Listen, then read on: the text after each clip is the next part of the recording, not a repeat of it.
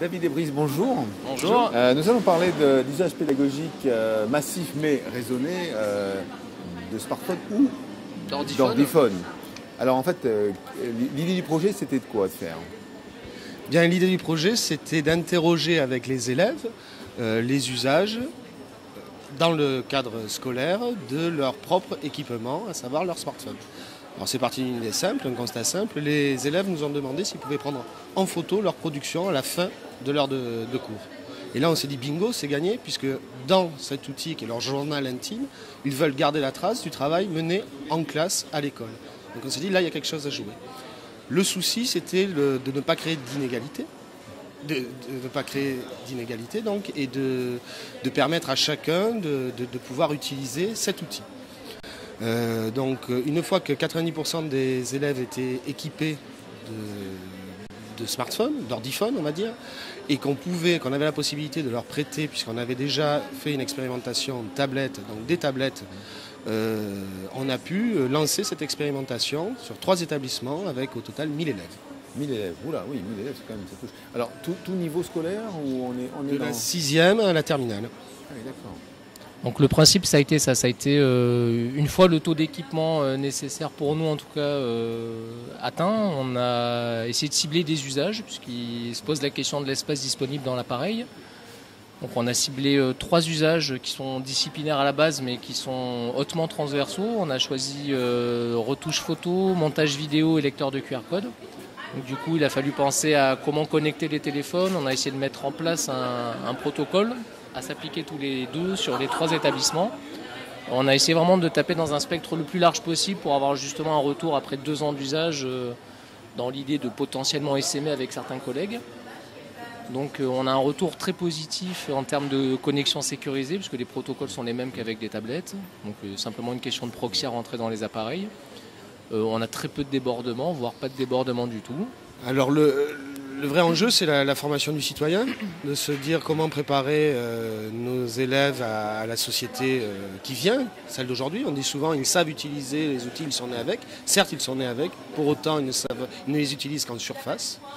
Et de se dire à quel moment l'école intervient dans un usage citoyen du numérique produit par la société. Et puis ça part simplement de prendre des notes, de leur pratique en réalité. Prendre des notes, prendre des photos, prendre des vidéos, capter le monde qui les environne et l'interroger.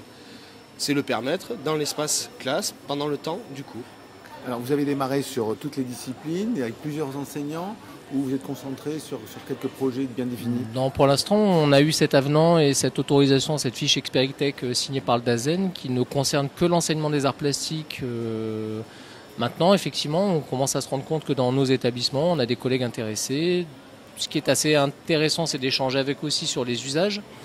À quel point on peut demander à des élèves sur un équipement personnel d'implémenter 7, 8, 10 applications. Donc il y a un questionnement aussi d'équipe pédagogique. Je pense qu'il va falloir avoir un travail de communication avec les pairs pour cibler un minimum d'usages, mais qui puisse être intéressant et pédagogiquement et raisonnable technologiquement. Après, ça a plutôt induit des réflexions sur l'espace classe. C'est pour ça aussi qu'on a bifurqué sur une 2e expérimentation.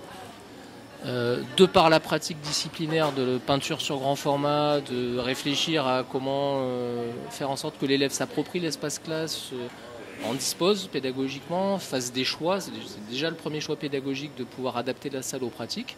Et c'est vrai que l'arrivée, on va dire, assez massive du numérique mobile pose des questions de posture. Alors justement, la question de la posture, c'est l'usage du numérique mobile par les élèves, mais également par nous enseignants.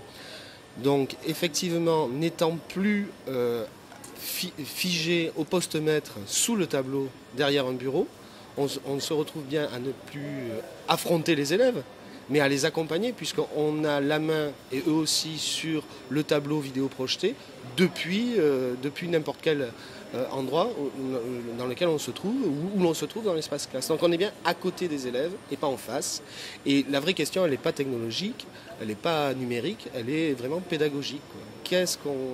Comment permettre la prise d'initiative pour que l'élève interroge la question des limites, ces savoir-faire-là, ces compétences-là, et puis surtout surtout, ça pose la question de la posture de l'enseignant par rapport à un climat de confiance. Et la vraie plus-value au bout de 2 ans d'expérimentation, c'est de se rendre compte que le climat scolaire est apaisé et les enfants se disent « tiens, on prend soin de nous ». Parce qu'on a repensé avec eux, et là aussi ils sont acteurs, on a repensé avec eux, ça a été l'objet d'un questionnement plastique même avec eux, quant à l'espace architectural, leur espace de travail. Donc le pendant c'est Class Lab. Du moment où on a donné la possibilité d'utiliser le smartphone, le corps dans l'espace et la manière de travailler a changé.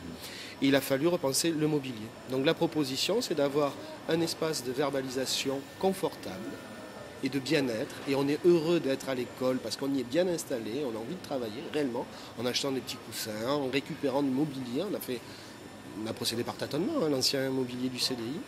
Et des plateaux, des tréteaux, de sorte que on n'est pas quelque chose de figé, mais bien de mobile, modulable, adaptable par l'élève. Ce qui est important aussi à dire, c'est que ce sont 3 expérimentations donc sur 3 établissements menées sur fonds propres. Donc on a pu se lancer dans cette refondation de l'espace classe avec l'appui de nos chefs d'établissement, parce qu'il a fallu acheter, même si ce sont des moyens, on n'a pas acheté du mobilier particulièrement onéreux, des planches, des tréteaux, des tables basses, des poufs. Mais on ne peut pas mener ce genre d'expérimentation sans les élèves, mais aussi sans le chef d'établissement qui est un maillon primordial. Dans nos expérimentations, ça a été un maillon vraiment très important. Et qu'est-ce que vous demandez comme fonctionnalité aux ordiphones des élèves, ou du moins leur capacité à les utiliser? Est-ce que ça n'engendre pas des problèmes vu l'hétérogénéité du parc? Parce qu'en fait, chacun amène ce qu'il a, plus ou moins. Ça a été compliqué. Alors, on s'est limité en termes d'usage, on était parti sur des idées beaucoup plus larges, c'est-à-dire dessiner sur un écran, faire un croquis en extérieur en sortie pédagogique. La question, c'est effectivement l'hétérogénéité qu'il faut prendre en compte. L'espace disponible dans les téléphones, dans les ordiphones, la puissance des appareils. Donc c'est pour ça qu'on s'est vraiment limité à des choses qui fonctionnent, avec des applications gratuites. Le plus petit dénominateur commun de chaque smartphone? Pas le plus petit, parce que c'est déjà ce qu'on faisait avec des tablettes. On a tout simplement transposé ce qu'on avait lancé en 2011 avec les premières expérimentations tablettes. Mais on est resté quand même dans des usages qui sont disciplinairement intéressants pour nous, sur le traitement de l'image, sur la diffusion de l'image, mais aussi sur des choses qui sont réutilisées, on le voit dans les ateliers. Tout à fait transposable en réalité. Les applications natives comme la prise de notes, et d'ailleurs petite prise de croquis, on peut l'utiliser dans n'importe quelle situation d'apprentissage, dans n'importe quelle discipline. Maintenant, l'enjeu fort, nous qui enseignons avec l'image et la construction des images, quand on a 1, 2 appareils photo ou une caméra dans une salle de classe, tous les élèves n'ont pas la possibilité d'appréhender le cadrage, le montage. C'est faux. Là, on se retrouve avec chaque élève avec une caméra, un appareil photo dans la poche. Donc c'est une réponse à l'équipement. Chacun peut appréhender. Chaque élève peut effectivement se questionner, apprendre à maîtriser ces outils qui sont des outils du quotidien. Ce qui est aussi intéressant, c'est de se rendre compte que d'eux-mêmes, en fait, on ne fait pas véritablement de cours complets sur le smartphone. C'est-à-dire qu'à certains moments, ça va enrichir une pratique plastique traditionnelle. Et on se rend compte que même cette prise d'initiative, maintenant, elle vient de l'élève. C'est-à-dire que c'est plus à nous de dire maintenant qu'on a fabriqué ce volume, on va le photographier. De même, ça commence à enchaîner. Bon, après, on est à 2 ans de pratique maintenant, 2 ans d'usage. Et on se rend compte que ça change aussi le regard sur comment intégrer le numérique. C'est plus un cours à part, comme vous pouvez le faire en salle info. Ça devient vraiment une pratique qu'on va rajouter aux pratiques traditionnelles. Je pense que c'était un point important qu'on n'avait pas forcément calculé dès le départ. Non, mais nous, là où on se dit que c'est intéressant, pour des professeurs d'art plastique, là pour le coup, c'est quand on voit qu'il y a de la peinture sur les ordiphones ou sur les tablettes. C'est bien le passage, le métissage des pratiques. Et ça vient en plus, mais de manière libre en fait. On se retrouve avec l'ordiphone qui ne chasse absolument pas le carnet de croquis, le carnet de travail. Tout se complète, se co-construit. D'ailleurs, ce qui a été important, c'est que nous-mêmes, on utilise nos ordiphones comme support. On est complice, on est dans la co-construction. La co-construction, elle se joue entre les élèves, elle se joue entre les enseignants et entre élèves et enseignants. Et ça, c'est très intéressant de voir, et c'est conduit c'est un écosystème, on repense l'espace, l'ergonomie, la manière de travailler en fait. C'est vrai que leur regard sur les pratiques, ils nous ont vu aussi commencer avec eux, tâtonner, on s'est mis dans la même posture qu'eux au final. Chacun a abondé en fait dans l'innovation. Voilà. Pendant 2 ans, quoi. Et les le fait élèves que ont trouvé eux-mêmes peut-être des nouvelles astuces, des nouveaux moyens. On a mis en place justement des affichages pour pas une formation entre pairs, mais c'est-à-dire que quand des élèves trouvent maintenant des applicatifs qui sont intéressants sur nos pratiques, on a des affichages qui permettent aux élèves d'écrire en fonction des OS, en fonction des pratiques. Et du coup, on a ce point d'affichage dans la classe qui fait que même moi, enseignant, je n'ai pas la prétention de tout connaître. Et du coup, c'est une espèce de veille collective sur les applicatifs qui peuvent sortir, qui peuvent être intéressants. Du coup, les élèves cherchent, partagent. Et ça a été assez intéressant de partir de ça. Ils sont acteurs de l'expérimentation. Ils savent qu'ils participent à une expérimentation. Et ça, c'est vraiment très important sur le développement du projet innovant. Alors, il faut venir en classe, il faut venir discuter avec eux, il faut venir s'asseoir ou être debout d'ailleurs avec eux. Et on a été très surpris en accueillant des collègues, en accueillant nos chefs d'établissement, en accueillant nos inspecteurs, en accueillant des tas d'interlocuteurs, des journalistes. C'était intéressant pour évaluer justement le projet. Quand les élèves parlent à d'autres personnes, à d'autres interlocuteurs du projet.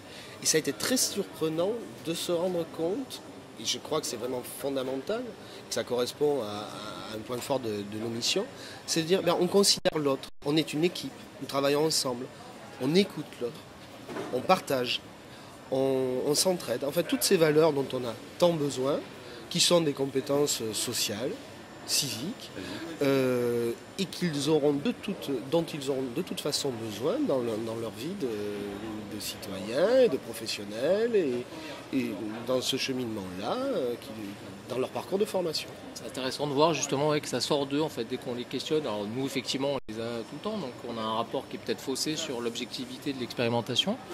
Et c'est vrai que quand on voit des extérieurs et quand on a ces questionnements, quand il y a une vraie discussion avec les élèves, on se rend compte que ça sort quasiment intuitivement. Et dans les 3 établissements, c'est ça qui est aussi intéressant, c'est qu'on n'a pas forcément les mêmes pratiques entre guillemets. Et on a un résultat qui est quand même avec des publics différents, qui est identique sur la verbalisation des plus-values par les élèves. Et ça, je pense que c'est une bonne plus-value pour nous. Alors, ça fait quand même un quart d'heure qu'on discute ensemble. Avant de se quitter, est-ce que nous avons un site ou est-ce que vous faites une compilation de vos observations, des observations des élèves, où d'autres enseignants peuvent voir un peu à distance le résultat de vos travaux ? On utilise là aussi beaucoup ce réseau social, Twitter. On a opéré un choix délibéré. C'était ce qui nous semblait le plus utilisé par nos interlocuteurs, avec des contraintes qui étaient pas beaucoup nourricières. Twitter nous sert de cahier de bord, nous sert de cahier de texte aussi avec nos élèves, nous permet d'échanger, vraiment, de co-construire, de partager. D'avoir d'autres points de vue, d'autres regards. Donc vous pouvez tout à fait nous suivre sur nos comptes Twitter, puisque les documents que l'on produit, on les rend disponibles dans une idée de partage et de mutualisation. Après, en termes de veille institutionnelle, on a le site académique d'art plastique, donc AC Nice Art, et on a effectivement des documents qui sont assez régulièrement mis sur le site de la DAN de l'Académie de Nice. Mais pour l'instant, on n'a pas encore créé de blog ou de trucs institutionnalisés qui permettraient d'avoir un retour régulier. Voilà. C'est en cours de réflexion aussi. Ok. David, merci. Merci.